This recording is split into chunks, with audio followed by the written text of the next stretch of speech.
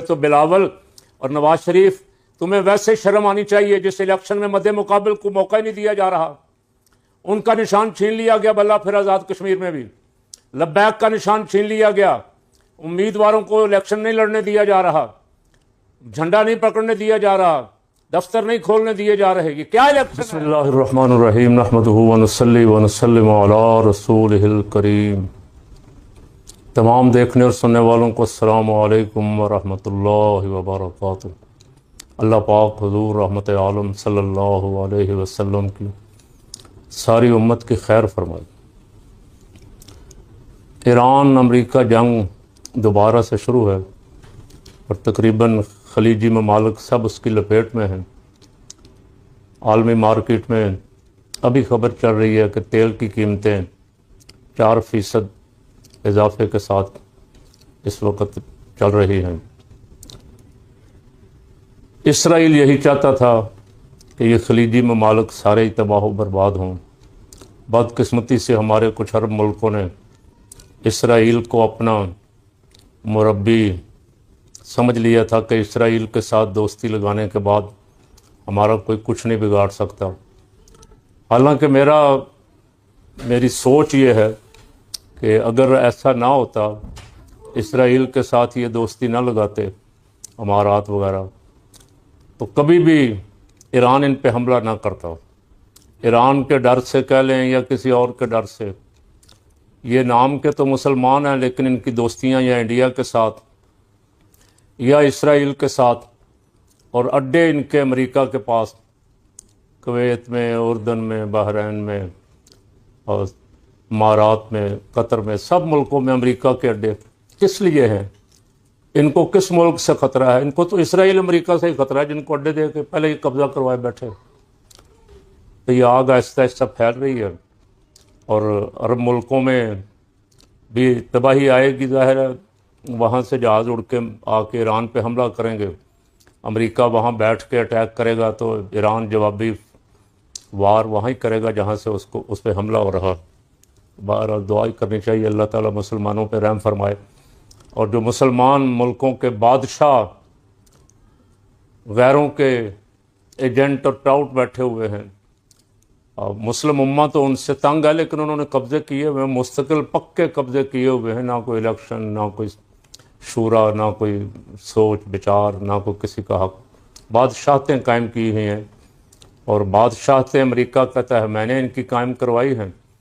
کیونکہ امریکہ نے قائم کروائی ہیں تو پھر وہ امریکہ کی غلامی کرتے ہیں. امریکہ کو سالانہ بھتہ بھی دیتے ہیں, کئی 100 ارب روپیہ دیتے ہیں.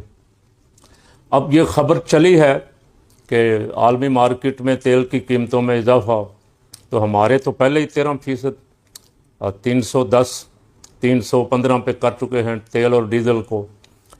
ان کو خبر آنے سے پہلے خبر ہو جاتی اضافے کی, لیکن جب مارکیٹ گری, مارکیٹ $90-95 سے 70-74 بلکہ $67 پہ آئی, تو انہوں نے پوری قوم نے مطالبہ کیا کہ کم از کم $200 روپے پٹرول کی قیمت آنی چاہیے پر لیٹر. انہوں نے کوئی نہیں سنی, بلکہ نیچے لانے کی بجائے انہوں نے 10 روپے 12 روپے اور بڑھا دیے. یہ ان کی اپنے عوام کے ساتھ ہمدردی اور محبت ہے. عوام کا جو حشر انہوں نے کیا ہے, جو عیاشیاں یہ کرتے ہیں. ابھی کل پرسوں 2-3 دن میں دیکھ رہا تھا سوشل میڈیا پہ بہت شور پڑا ہوا تھا. ایم این اے کی تنخواہ 1.5 لاکھ سے بڑھا کے 5 لاکھ کر دی.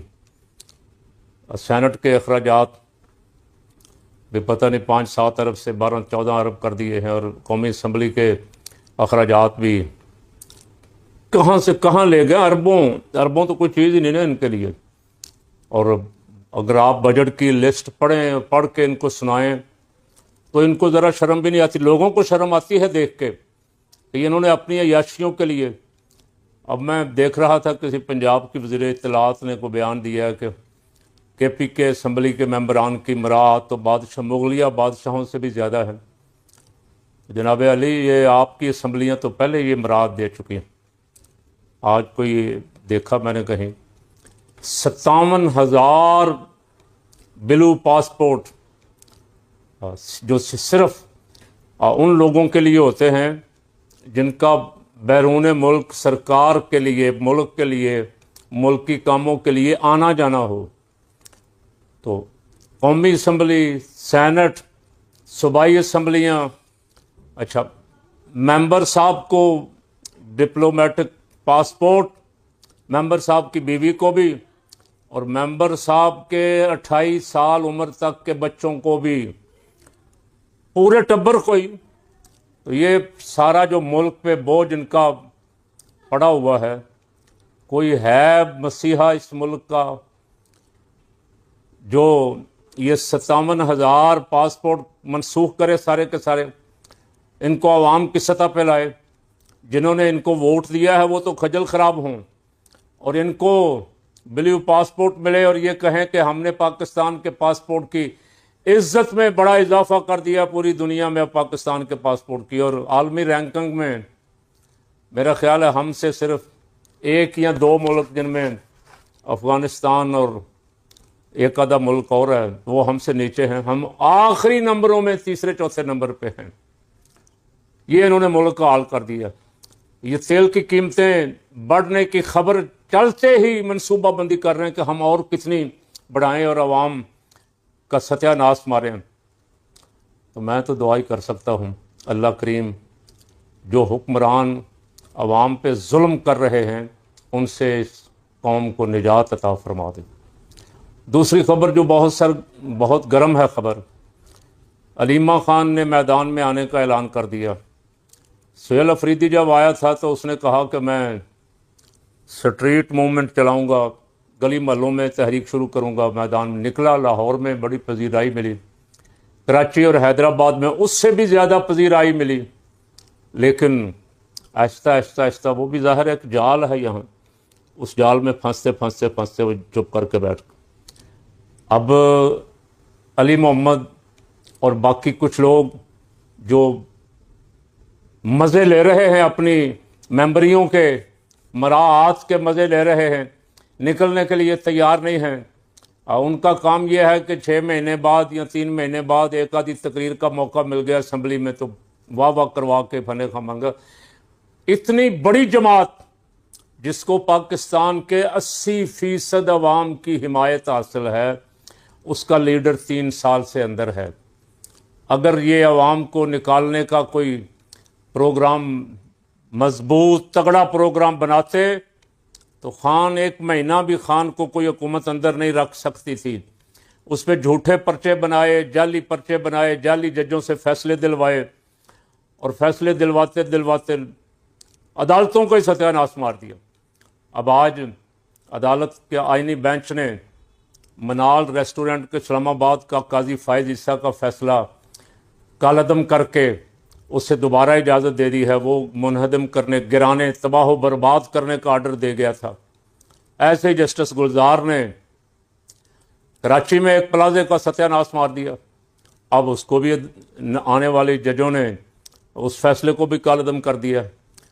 تو یہ کوئی کون پوچھے گا کون ان کو کہ یہ جو فیصلے، غلط فیصلے، جیسا قاضی فائز عیسیٰ نے 8 فروری کے الیکشن سے پہلے تحریک انصاف کی رجسٹریشن بھی نہیں ہونے دی، بلے کا نشان بھی چھین لیا، الیکشن میں حصہ لینے کا حق بھی نہیں دیا، پھر بھی جال سازی کرنی پڑی. پھر بھی تحریک انصاف کے حامیوں نے، ورکروں نے شکستیں فاش دی نون کو اور پی پی کو، اور ان سے بچنے کے لیے تحریک انصاف سے فارم 47 ایجاد کیا گیا، اور 47 پہ سارے بٹھائے ہوئے ہیں. ملک میں اتنے بڑے بڑے بحران ہیں، پتہ نہیں کہاں ہیں. وزیر اعظم کہاں ہے؟ وزیر داخلہ کہاں ہے جو کہتا تھا ایک SHO کی مار ہے بلوچستان؟ وزیر دفاع صاحب کہاں ہیں؟ روزانہ ہمارے جوان شہید ہو رہے ہیں، وزیر دفاع غائب، وزیر داخلہ غائب. اور وزیر اعظم صاحب کو آپ دیکھیں بلوچستان جس دن وہ کوئٹہ 3 گھنٹے یا 2 گھنٹے کے لیے گئے تو ان کی ویڈیو دیکھ لیں، ان کے چہرے پہ کیا ہوائیاں اڑ رہی تھیں. یہ ملک سنبھالیں گے، یہ ملک کی حفاظت کریں گے. بلوچستان بد امنی کی آگ میں جل رہا ہے، آزاد جموں کشمیر، آزاد کشمیر بد امنی کی آگ میں جل رہا ہے. کوئی حکمران